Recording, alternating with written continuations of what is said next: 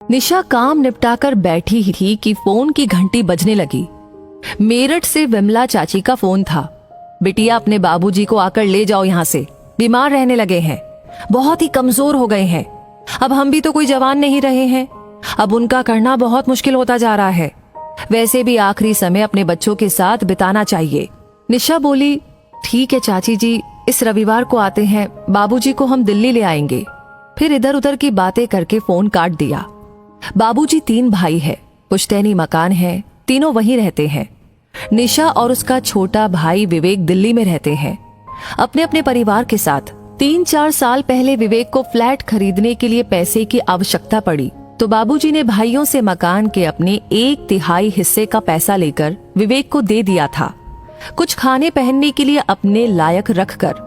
दिल्ली आना नहीं चाहते थे, इसलिए एक छोटा सा कमरा रख लिया था, जब तक जीवित थे तब तक के लिए।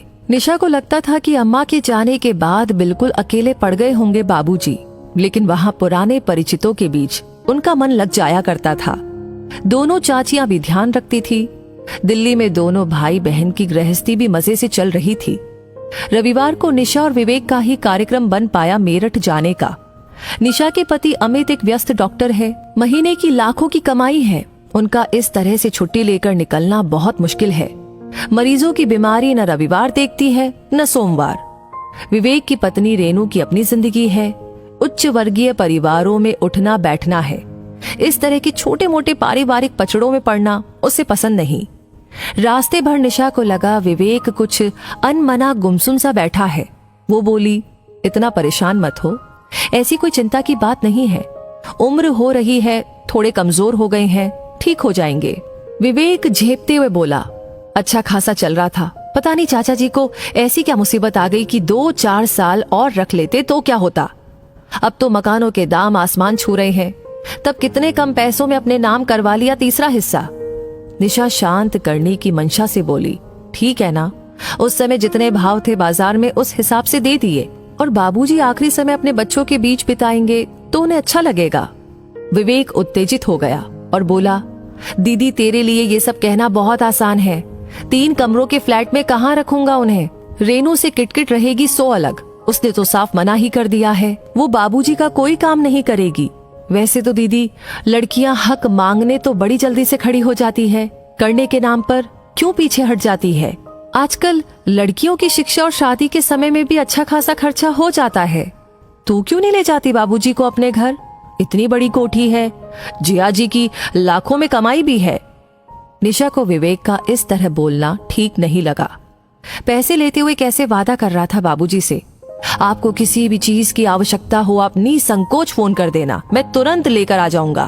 बस इस समय हाथ थोड़ा तंग है, नाम मात्र पैसे छोड़े थे बाबूजी के पास, और फिर कभी फटका भी नहीं उनकी सूद लेने। निशा ने कहा, तू चिंता मत कर, मैं ले जाऊंगी बाबूजी को अपने घर।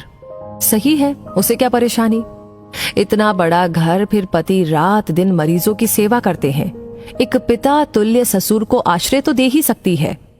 बाबूजी को देखकर उसकी आंखें भर आई। इतने दुबले और बेबस दिख रहे थे। गले लगते हुए बोली, पहले फोन करवा देते तो पहले लेने आ जाती। बाबूजी बोले, तुम्हारी अपनी जिंदगी है, क्या परेशान करता, वैसे भी दिल्ली में बिल्कुल तुम लोगों पर आश्रित हो जाऊंगा। रात को डॉक्टर साहब बहुत देर से आए, तब तक पिता और बच्चे सो चुके थे। खाना खाने के बाद सुकून से बैठते हुए निशा ने डॉक्टर साहब से कहा, बाबूजी को मैं यहाँ लेकर आई हूँ, विवेक का घर बहुत छोटा है, उसे उन्हें रखने में थोड़ी परेशानी होती। अमित के एकदम तेवर बदल गए। वो सख्त लहजे में बोला, यहाँ ले आई हो से क्या मतलब है तुम्हारा, तुम्हारे पिताजी तुम्हारे भाई की जिम्मेदारी है। मैंने बड़ा घर वृद्धाश्रम खोलने के लिए नहीं लिया था, अपने रहने के लिए लिया है। जायदाद के पैसे हड़पते हुए नहीं सोचा था साले साहब ने कि पिता की करनी भी पड़ेगी। रात दिन मेहनत करके पैसे कमाता हूँ, फालतू लुटाने के लिए नहीं है मेरे पास। पति के इस रूप से अनभिज्ञ थी निशा। रात दिन मरीजों की सेवा करते हो, मेरे पिता के लिए क्या आपके घर और दिल में इतना सा स्थान भी नहीं है। अमित के चेहरे की नसें तनी हुई थी। वो लगभग चीखते हुए बोला, मरीज बीमार पड़ता है, पैसे देता है ठीक होने के लिए, मैं इलाज करता हूँ, पैसे लेता हूँ, ये व्यापारिक समझौता है, इसमें सेवा जैसा कुछ नहीं है, ये मेरा काम है, मेरी रोजी रोटी है। बेहतर होगा तुम 1-2 दिन में अपने पिता को विवेक के घर छोड़ आओ। निशा को अपने कानों पर विश्वास नहीं हो रहा था। जिस पति की वो इतनी इज्जत करती है वो ऐसा बोल सकते हैं। क्यों उसने अपने भाई और पति पर इतना विश्वास किया? क्यों उसने शुरू से ही एक एक पैसे का हिसाब नहीं रखा? अच्छी खासी नौकरी करती थी। पहले पुत्र के जन्म पर अमित ने ये कहकर के छुड़वा दिया कि मैं इतना कमाता हूँ, तुम्हें नौकरी करने की क्या जरूरत है? तुम्हें किसी चीज की कमी नहीं रहेगी, आराम से घर रह कर के बच्चों की देखभाल करो। आज अगर नौकरी कर रही होती तो अलग से कुछ पैसे होते उसके पास, या 10 साल से घर में सारा दिन काम करने के बदले में पैसे की मांग करती तो इतने तो हो ही जाते कि पिताजी की देखभाल अपने दम पर कर पाती। कहने को तो हर महीने बैंक में उसके नाम के खाते में पैसे जमा होते हैं, लेकिन उन्हें खर्च करने की बिना पूछे उसे परमिशन नहीं थी। भाई से भी मन कर रहा था, कह दे कि शादी में जो खर्च हुआ था वो निकाल कर जो बचता है उसका आधा आधा कर दे। कम से कम पिता इज्जत से तो जी पाएंगे। पति और भाई दोनों को पंक्ति में खड़ा करके बहुत से सवाल करने का मन कर रहा था। जानती थी जवाब कुछ ना कुछ तो अवश्य होंगे, लेकिन इन सवाल जवाब में रिश्तों की परतें दर परतें उखड़ जाएंगी और जो नग्नता सामने आएगी उसके बाद रिश्ते ढोने मुश्किल हो जाएंगे। सामने तस्वीर में से झांकती 2 जोड़ी आंखें जीभ पर ताला डाल रही थी।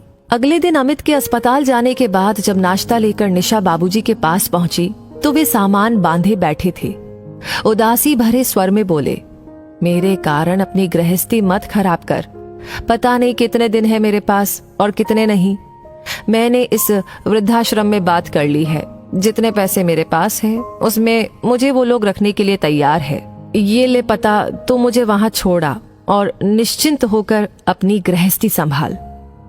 निशा समझ गई बाबूजी की देह कमजोर हो गई है, दिमाग नहीं। दामाद काम पर जाने से पहले मिलने भी नहीं आया। साफ बात है ससुर का आना उसे अच्छा नहीं लगा। क्या सफाई देती, चुपचाप टैक्सी बुलाकर उनके दिए पते पर उन्हें छोड़ने चल दी।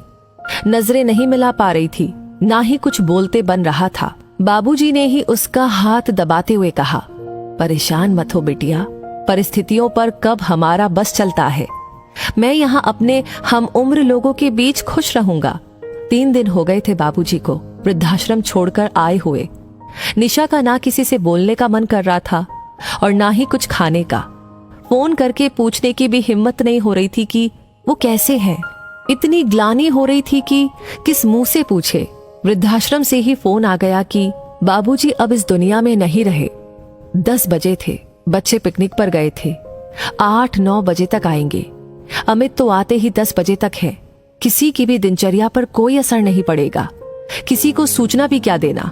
विवेक ऑफिस चला गया होगा, बेकार छुट्टी लेनी पड़ेगी। रास्ते भर अविरल अश्रु धारा बहती रही। कहना मुश्किल था पिता के जाने के गम में या अपनी बेबसी पर आखिरी समय पर पिता के लिए कुछ भी नहीं कर पाई।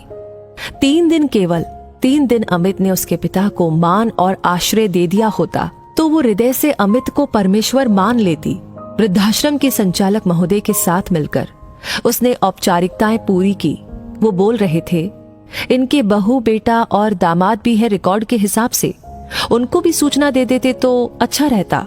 वो कुछ संभल चुकी थी, बोली कि नहीं, इनका कोई नहीं है, ना बहू है, ना बेटा है और ना दामाद है, बस एक बेटी है, वो भी नाम के लिए।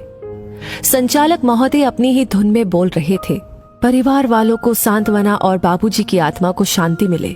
निशा सोच रही थी, बाबूजी की आत्मा को शांति मिल गई होगी। जाने से पहले सबसे मोह भंग हो गया था।